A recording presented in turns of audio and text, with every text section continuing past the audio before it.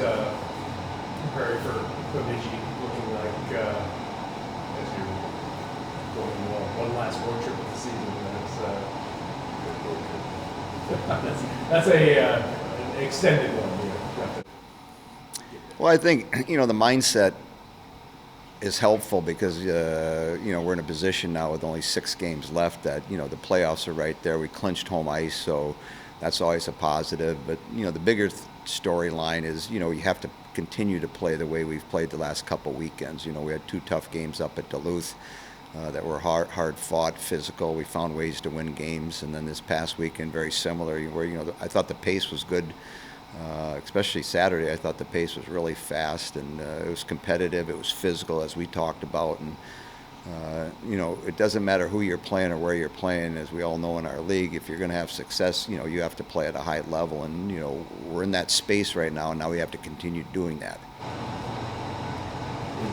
Is a week like this along the lines of a challenge of just seeing how locked in your team is? Because you got Minnesota, you got Ohio State coming up on the horizon, and before you can get to them, you got to play a team that, at least from a record standpoint, isn't having the best year. So I guess, what are your thoughts on that? Well, it's again, it comes down to what we want to do, and we have to go on the premise that if we play well, we're playing with energy, we're playing with pace, we're competing at a high level.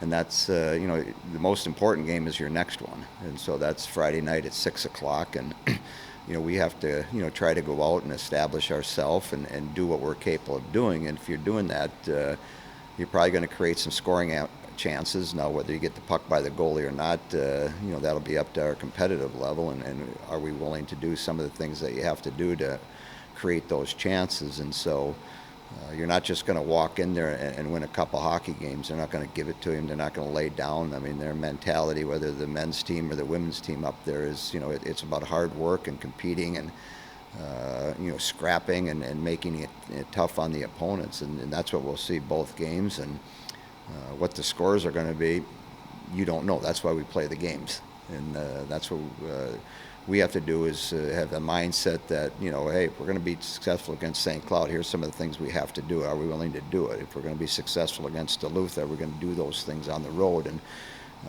we showcased ourselves that we're willing to do those things. And now it's just, okay, who we're playing? We're playing Bemidji Friday night at 6 up there. Here's what we have to do to be successful. From behind early in the last few games, I know that changes the path sometimes and how you want to be playing. How have you felt like your players have handled that?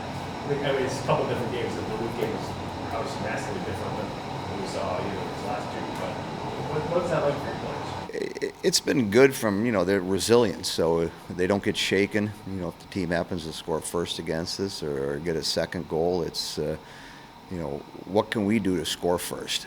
It seems it's a team that we have here that when we score, we get excited. In the next couple shifts, you create another chance. And so, I'd love for us to score first and take the lead and let the other team play from behind.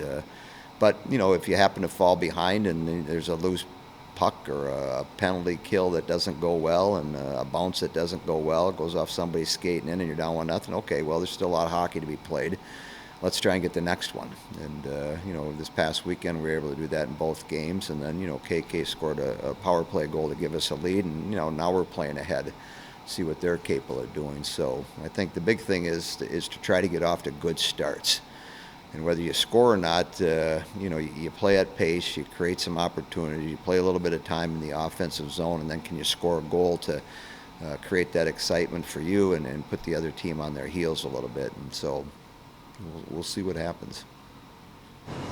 Been told every time you go to Bemidji, you have fish for breakfast. Is that a tradition? We get our share of walleye up there, so we're right on Lake Bemidji there, and it's fresh, it's cooked well, we get treated well, so sometimes I don't even think we need the plane to fly back. We could probably swim back down on the Mississippi and get back to somewhere in Wisconsin. So no, it's a trip that I think I look forward to, just because the hotel we stay at is nice, and the rink's right there, and your game times are suited for success on the road. So it just comes down to paying attention to details at this time of year, and then managing your game with the opponent you're playing against.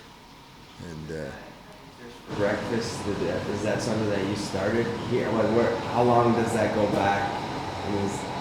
that probably goes back as many times as we've been traveling to Bemidji, and so it's like I say, the people up there are very hospitable. And if you ever had walleye for breakfast, it's actually pretty good.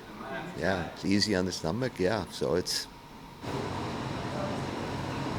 We keep talking about that light toward the end of the tunnel here. It's getting pretty close. I mean, this last road trip, and then 2 more homestands, and then the playoffs start. But can you start to feel it on the ice a little bit for your team? I feel it every day now, because instead of the sun going down at 4:15, now we're getting into the 5 range. It's coming up a little bit earlier, and so those mornings, instead of being dark outside, there's a little bit more light out there. The temperature is suitable for everybody. I mean, unless you're living in Arizona or Florida, and you wake up and it's 45 and you think it's cold out, where we wake up in Madison and it's 45 out. It's like, okay, yeah. See a guy yesterday driving with his roof down, his convertible. He's got the roof down.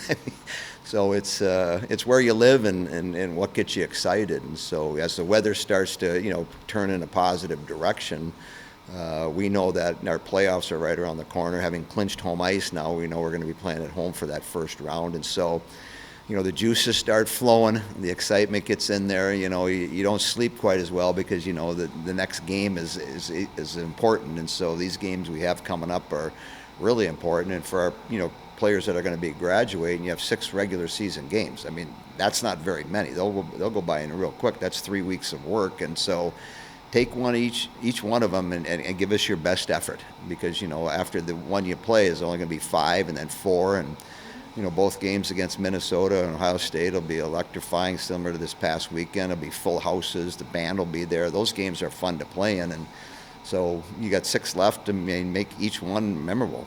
And so that'll start Friday night. You see a lot of differences with the way Layla plays on the right side versus the off wing.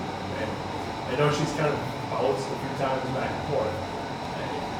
Is there comfort either way with her, or more, do you think? I think she's gotten more comfortable on her offside, obviously, with us managing our roster. We're putting her on her strong side. So against teams, depending on how they're playing against you, especially like up in Duluth, St. Cloud, where they're pinching, I think it's somewhat easier to play on your strong side. It's just you're catching the puck, and your vision is coming, is right there. You can see things coming easier and make plays easier than trying to catch it on your backhand and then trying to figure out what I need to do with the puck as I anticipate getting it. So, yeah.